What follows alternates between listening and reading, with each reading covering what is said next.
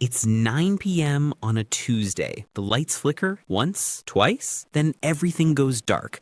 No hum of the refrigerator, no glow from streetlights, just silence and darkness. In the next 24 hours, your food will spoil, your water may stop running, and your home becomes vulnerable. Most people panic, but you won't, because you'll know exactly what to do.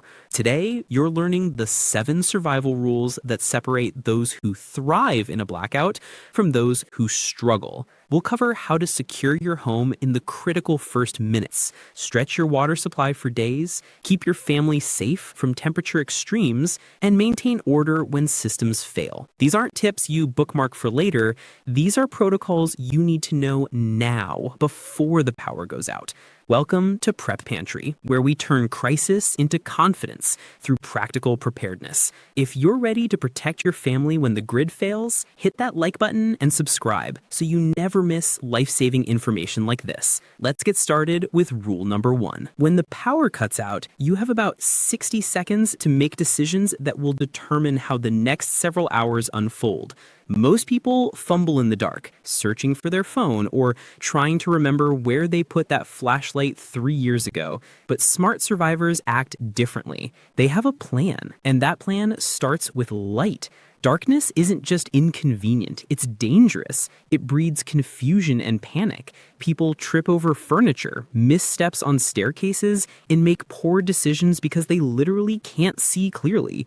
Worse, a dark house in a blacked out neighborhood becomes a target. It signals to opportunists that no one's home or that the occupants are unprepared and vulnerable. But a well-lit home, that sends a completely different message. It says, we're ready, we're alert, and we're not to be messed with. So here's what you do. Right now, before any outage happens, you need lighting options spread throughout your house. Keep headlamps on nightstands next to every bed. Headlamps are better than flashlights because they free up your hands. Put battery-powered lanterns in hall closets where they're easy to grab. Consider motion-activated solar lights in entryways. They charge during the day and activate automatically when they detect movement. And don't underestimate the value of glow sticks or LED strips in bathrooms and stairwells. These don't require batteries and can provide hours of ambient light. The goal is instant light. The moment the power goes out, within seconds, you should be able to see. Regaining visibility means regaining control. It stops panic before it starts and allows you to think clearly about your next steps. Once you have light, your next priority is locking down your home. Don't just turn the deadbolt on your front door and call it good. You need to secure every single entry point. That means windows, side doors, garage access points, and even basement vents. Walk through your house systematically and check everything. Draw your curtains and black out windows if you need to. In a prolonged outage, not being seen can be just as important as being secure. Here's the thing people forget. When the power goes out, electronic locks and alarm systems may fail completely. Your smart doorbell isn't so smart anymore, and that fancy security system might be useless. This is where manual security measures become critical. Use wooden dowels in the tracks of sliding windows to prevent them from being opened from the outside. Make sure all your doors have physical deadbolts that don't rely on electricity. Door wedges are cheap and incredibly effective. Slide one under any door and it becomes nearly impossible to force open. Finally, gather everyone in your household into a central, secure part of the home. Bring essential supplies close at hand. This isn't the time for everyone to scatter to their own rooms. You want everyone together where you can communicate, coordinate, and keep each other safe. This central location becomes your command center for the duration of the outage. Now that you've secured light and locked down your space, let's talk about the resource that becomes critical faster than most people realize: water. Here's what happens when the grid fails. Electric pumps that move water through the municipal system shut down. Treatment plants lose pressure, and within hours, not days, hours, your taps can run dry. Even if water is still flowing, there's no guarantee it's being properly treated. The moment you realize the power is out, you need to act fast. Start filling everything you can with water while it's still flowing. Bathtubs, sinks, pots, pans, buckets, empty bottles, anything that can hold water needs to be filled immediately. Don't wait to see if the water will stay on. Assume it won't and act accordingly. This is your window of opportunity, and it might only last a few hours.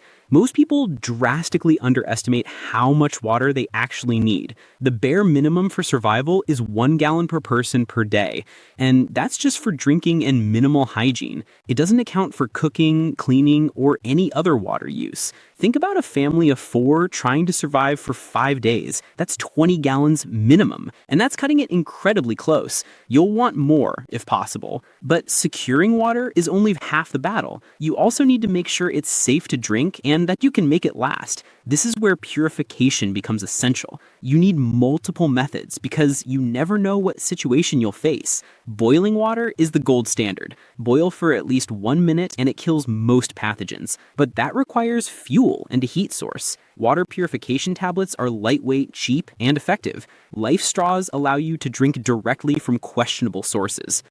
Even a few drops of unscented household bleach can purify water in an emergency. 8 drops per gallon, mix thoroughly, and let it sit for 30 minutes. If you have the space and resources, a gravity-fed filtration system is worth its weight in gold. These systems require no electricity and can filter large quantities of water over time. Now, here's where people get creative out of necessity. When your stored water starts running low, you need to think beyond the faucet. If it's raining, set up a rainwater catchment system using gutters, tarps, and barrels. The ice in your freezer will eventually melt. Collect that water. Canned goods contain liquid that's often potable. And yes, the water in your toilet tank, not the bowl, the tank, is usually clean if no chemical treatments have been added. Dehydration is no joke. It leads to confusion, weakness, and eventually collapse. Children and elderly family members are especially vulnerable. Staying hydrated isn't about comfort, it's about survival. Don't ration water to the point where people aren't drinking enough. Use it wisely, but use it. With water secured, let's move to the next critical resource: food. The moment your refrigerator stops humming, you're on borrowed time. After 4 hours without power, your fridge can no longer guarantee safe temperatures for perishable food. This is where you need to think like a field medic, performing triage. Assess what you have, prioritize what needs immediate attention, and act decisively. Start with your refrigerator. Milk, cheese, eggs, meat, and any other perishables need to be dealt with first. Consume what you can before it spoils. This might mean eating foods you wouldn't normally combine, or having an unconventional meal, but that's fine. Your goal is to use these items while they're still safe. As for your freezer, keep that door closed. A full freezer can maintain safe temperatures for 24 to 48 hours if you don't open it. Every time you open the door, you're bleeding cold air and shortening that window. Once you've handled the perishables, turn your attention to shelf-stable supplies. This is where your preparedness pays off. Canned goods are your nutritional lifeline. Soups, stews, beans, vegetables, meats, they're calorie dense, safe to eat, and many can be consumed cold if necessary. Dried foods like pasta, rice, and grains require cooking but store indefinitely. Freeze-dried meals are lightweight and specifically designed for emergency situations. Don't forget jerky, dried fruits, and nuts. These are high-energy foods that require zero preparation. Here's a psychological tip. Stick to familiar foods whenever possible. In a stressful situation, eating something comforting can significantly boost morale. This isn't the time to experiment with that questionable can you've had in the back of the pantry for 5 years. Now, with your electric stove out of commission, you need alternative cooking methods. A portable propane stove is one of the best investments you can make. They're affordable, reliable, and efficient. Just remember, always use them outside or in extremely well-ventilated areas. Carbon monoxide poisoning is a real and deadly threat. Never use propane, charcoal, or gas-powered equipment inside your home. A rocket stove is another excellent option. These compact stoves burn twigs, small branches, and other kindling, making them perfect for situations where fuel is limited. They're incredibly fuel efficient and can boil water or cook a meal using just a handful of sticks. If you live in an area with reliable sunlight, a solar oven is a game changer. These devices use concentrated sunlight to bake or simmer food. They take longer than traditional cooking methods, but they require zero fuel and work as long as the sun is shining. Cooking during a blackout isn't just about sustenance. It's about maintaining a sense of normalcy and control. The act of preparing a hot meal, sharing it with your family, and sitting down together creates moments of comfort in an otherwise chaotic situation. Don't underestimate the psychological benefit of that. Now let's talk about something that kills more people during extended outages than most other threats: temperature extremes. If you're facing a blackout during winter, cold becomes your enemy. Hypothermia can set in faster than you think, especially for children, the elderly, or anyone with health vulnerabilities. emergencies. Your strategy needs to be focused on creating and maintaining a survival zone, one room that you can heat and insulate effectively. Choose a smaller room if possible, because smaller spaces are easier to warm. Use blankets, plastic sheets, or tarps to seal off the space from the rest of the house. This creates a thermal barrier that keeps warm air in and cold air out. Cover windows with emergency mylar blankets. These reflect body heat back into the room and provide insulation. Layering is your best friend. Start with thermal underwear as your base layer, add sweaters or fleece, then finish with a jacket or heavy coat.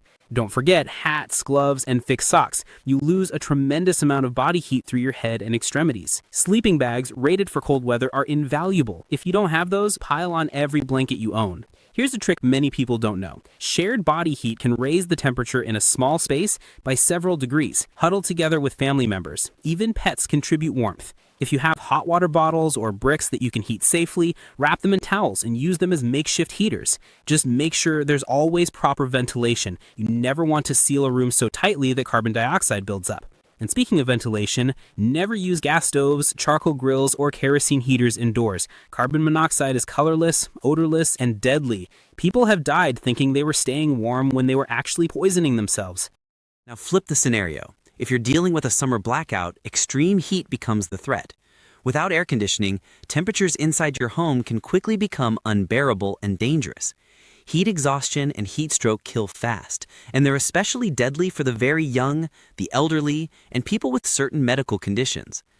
During the day, you want to seal your house like a fortress. Close all blinds and shutters. Shut windows to keep hot air out. Use towels or reflective foil on windows facing the sun to block as much heat as possible. Make your home a cave, dark and sealed. But at night, reverse that strategy completely. Open windows and doors to create cross-ventilation. Let cooler night air flow through the house. Battery-powered fans or hand crank fans can help circulate air. If you have damp cloths or towels, hang them in front of open windows or doorways. As air passes over the wet fabric, it cools through evaporation, a natural air conditioning effect. Hydration in extreme heat is absolutely critical. You need to be drinking water constantly. Avoid alcohol and caffeine, as both dehydrate you. Use wet towels on your neck, wrists, and forehead to cool your core body temperature. If you have a basement, retreat there during the hottest parts of the day. Underground spaces stay naturally cooler. Temperature control is about staying within the range where your body can function. Too hot or too cold, and your body starts shutting down. Monitor everyone in your household for warning signs. Confusion, extreme fatigue, rapid heartbeat, dizziness, these are all red flags that someone is in danger. Let's move to something equally critical, staying connected and informed. When modern communication systems fail, you're not just losing the ability to scroll social media, you're losing access to emergency alerts, weather updates, and critical information about when power might be restored or if you need to evacuate. Information is survival, and you need reliable ways to get it. A battery-powered or hand-crank emergency radio is non-negotiable. These radios can pick up AM, FM, and NOAA weather radio broadcasts. Even when cell towers are down and the internet is out, radio broadcasts continue. Emergency management agencies use these channels to communicate with the public during crises. A hand crank radio is especially valuable because it doesn't rely on batteries at all. As long as you can turn the crank, you have power. Your car radio is another resource people forget about. As long as you have fuel, you can sit in your car and get radio reception. Just make sure you're in a well-ventilated area or outside completely to avoid carbon monoxide buildup. For keeping your devices alive, solar chargers and crank-powered phone chargers can be lifesavers. They won't give you unlimited power, but they can keep a phone or small device functional for essential communication. Power banks should be charged and ready before an outage happens. Once the power goes out, ration that stored power carefully. You don't need to keep your phone at 100%. You just need enough to make critical calls or send messages when necessary. Here's something old school that suddenly becomes incredibly valuable. A printed emergency contact list. Write down names, phone numbers, and addresses of loved ones, utility providers, medical professionals, and emergency responders. Laminate it and keep it in your emergency kit. When your phone dies and you can't access your digital contacts, this piece of paper becomes priceless. If you want to take communication to the next level, walkie-talkies are excellent for coordinating with family members if you need to spread out or check on neighbors. They work when cell networks are overloaded or down. For people in remote areas, satellite phones are expensive but incredibly effective. They communicate directly with satellites, so they work anywhere on Earth regardless of local infrastructure. And don't forget non-electronic signaling methods. A whistle can be heard much farther than a human voice and doesn't strain your vocal cords. Signal mirrors can flash reflected sunlight for miles to attract attention from rescuers. Flares and brightly colored flags work when GPS and smartphones don't. These old-fashioned tools have saved countless lives. Now let's talk about something people don't think about until it's too late: health and hygiene. When water stops running, hygiene becomes a serious challenge. Poor sanitation leads to illness, and illness during an emergency is exponentially more dangerous. You need solutions that don't rely on running water. Stock up on baby wipes and body wipes. These are your showers and sinks when traditional bathing isn't possible. Large bottles of hand sanitizer become essential. Use them frequently, especially after handling waste or before touching food. Soap and water are best, but when that's not available, sanitizer is your next line of defense. Plastic bags are going to become some of your most valuable items. Heavy-duty, sealable bags are essential for managing trash, human waste, and contaminated materials. When toilets won't flush, you need a backup plan. A 5-gallon bucket with a toilet seat lid and odor control bags can serve as an emergency toilet. Line the bucket with a bag, do your business, seal the bag tightly with odor control powder or kitty litter, and store it away from your living space until waste removal becomes available. If anyone in your household takes regular medications, this is where planning becomes life or death. Many medications require temperature control, particularly insulin, certain antibiotics, and some heart medications. A battery-powered mini cooler is ideal, but even reusable ice packs stored in a thermos can buy you time.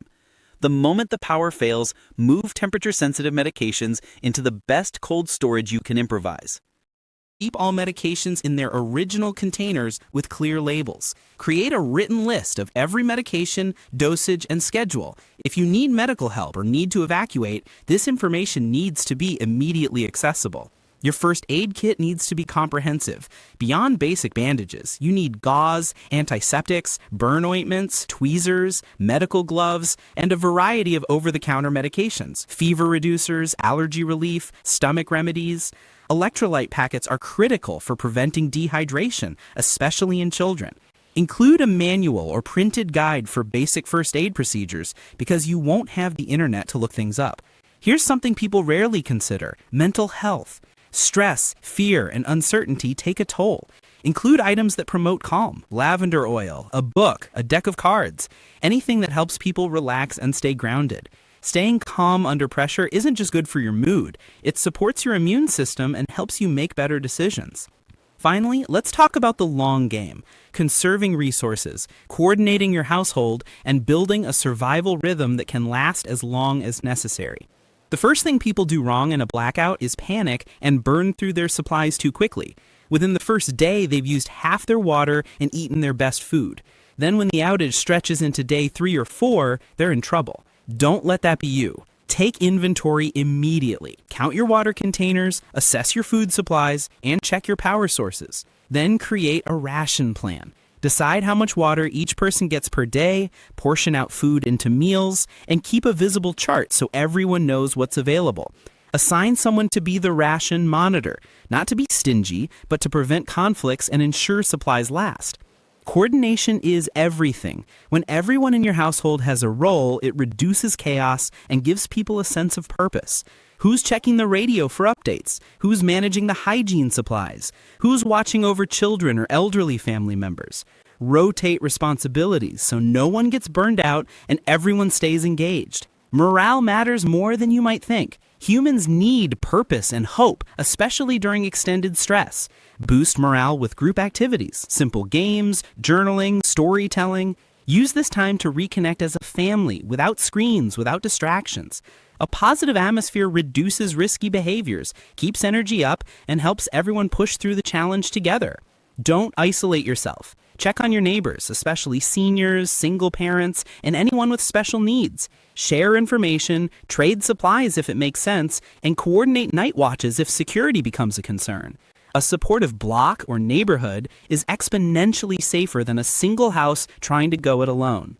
Financial preparedness is something most people overlook. When the power is out, ATMs don't work and credit card machines are useless. Keep a stash of small bills, ones, fives, tens, in a fireproof, waterproof bag. Include important documents, IDs, insurance policies, medical information, emergency contacts.